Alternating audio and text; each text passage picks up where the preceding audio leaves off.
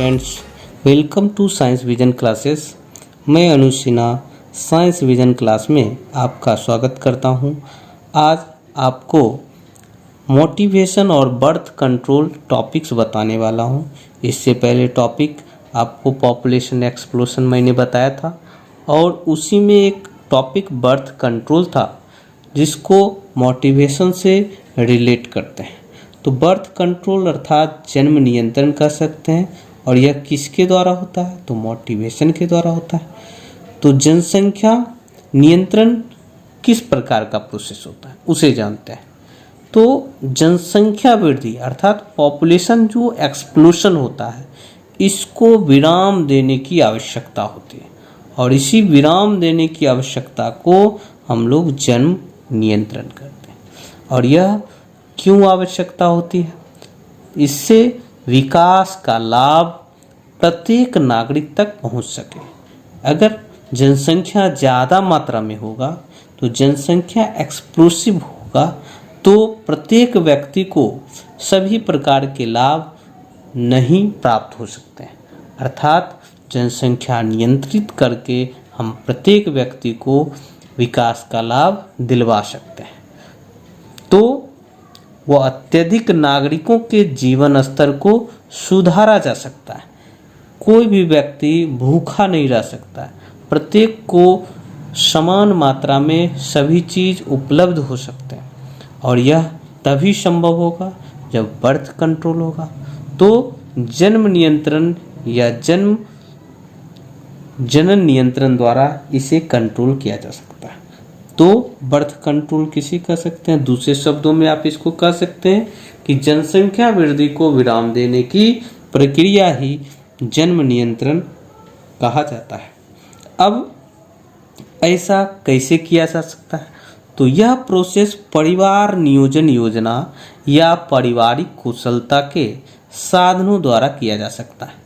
मतलब family planning. आप समझ सकते हैं कि फैमिली प्लानिंग एक ऐसा प्रोसेस होता है जिसके द्वारा चाहे मेल हो या फीमेल हो उसके ओविडक्ट, फीमेल के ओविडक्ट या मेल के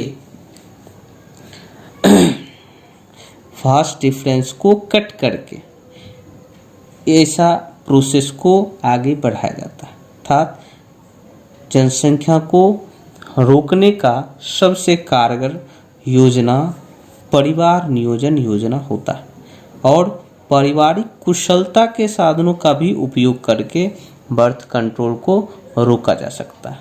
और इसके बारे में डिटेल आप नेक्स्ट वीडियो में देख सकते हैं। इसमें परिवार नियोजन किस प्रकार का प्रोग्राम होता है? तो वैसा प्रोग्राम होता है जिसमें परिवार के आकार को कुछ गर्भधारण को रोककर या बच्चे के जन्म के बीच में अंतर द्वारा इसको सीमित किया जाता है। अब कोई कपल अगर फर्स्ट चाइल्ड उत्पन्न करे और फिर नेक्स्ट चाइल्ड जो है 3 या 4 वर्ष के डिफरेंस को रखकर या 5 वर्ष के डिफरेंस को रखकर उत्पन्न करता है तो जनसंख्या कंट्रोल भी होगा प्लस दोनों बच्चों को उचित पोषण और विकास का प्रत्येक लाभ उसे मिल सकता है। और कुछ गर्भधारण को रोककर भी ऐसा कर सकता है। तो गर्भ निरोधन स्वीकृत बनाने के लिए मोटिवेशन सबसे महत्वपूर्ण हथियार होता है। अर्थात कॉन्ट्रासेप्शन प्रोसेस जो होती है इसको अगर स्वीकृत बनाना है तो इसके लिए हमें मोटिवेशन सबसे ज़्यादा ज़रूरी होता है। और ये मोटिवेशन की जो चीज़ें होती है हमें मीडिया के द्वारा अर्थात टेलीविज़न हो या मैगज़ीन हो या पोस्टर हो या रेडियो हो या किसी भी प्रकार की प्रिंट मीडिया हो, किसी भी प्रकार की मीडिया के द्वारा इन सूचनाओं को अगर हम फैलाते हैं, लोगों में इसके प्रति जागृति उत्पन्न करते हैं तो इसे रोका जा सकता है। अर्थात जन्म नियंत्रण को बनाया जा सकता है, कंट्रोल किया जा सकता है और जनसंख्या शिक्षा पर पुस्तकों या विद्यार्थियों व शिक्षित व्यक्तियों द्वारा किया जा सकता है।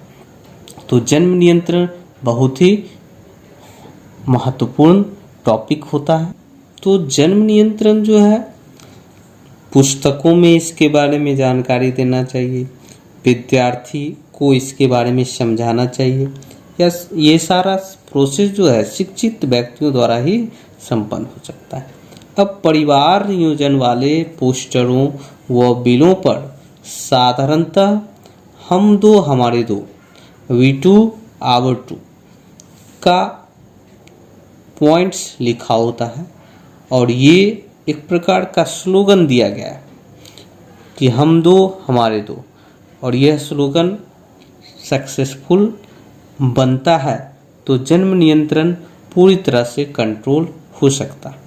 और दूसरी बात आती है कि कानूनी रूप से विवाह योग्य उम्र लड़कियों के लिए 18 वर्ष और लड़कों के लिए 21 वर्ष कर दी गई।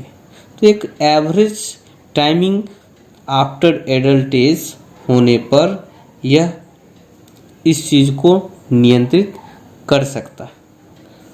अब इसके लिए कुछ प्रलोभन दिए जाते हैं जो कपल्स हैं उसको, और जो इसका डायरेक्ट बेनिफिट्स जो नीचे तबके के लोग हों या जो देहाती क्षेत्र के लोग हों और कुछ जो अशिक्षित पर्सन हैं उन्हें विभिन्न प्रकार के प्रलोभन देकर इसे परिवार नियोजन को अपनाने को अगर शिक्षित किया जाए तो भी इस जनसंख्या को नियंत्रित किया जा सकता है। तो जोड़ों को लड़की के जन्म पर अगर कपल्स के द्वारा लड़की जन्म ली है तो छोटे परिवार के लिए उपहार के साथ प्रलोभन दिया जाता है, जिसके देने के कारण जनसंख्या भी कंट्रोल हुई। लोग इस चीज़ को अच्छे से स्वीकार रहे हैं और यह जनसंख्या वृद्धि की समस्या को सुलझाने में कारगर साबित हुआ।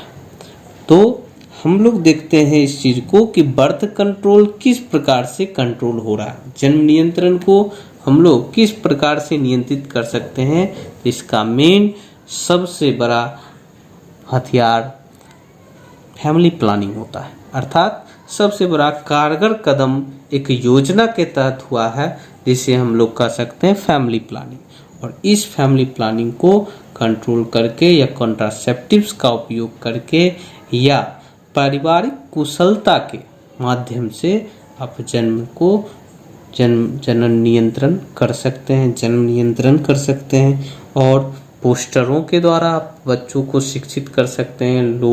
लोग जो ग्रामीण परिवेश में हैं उनको शिक्षित कर सकते हैं।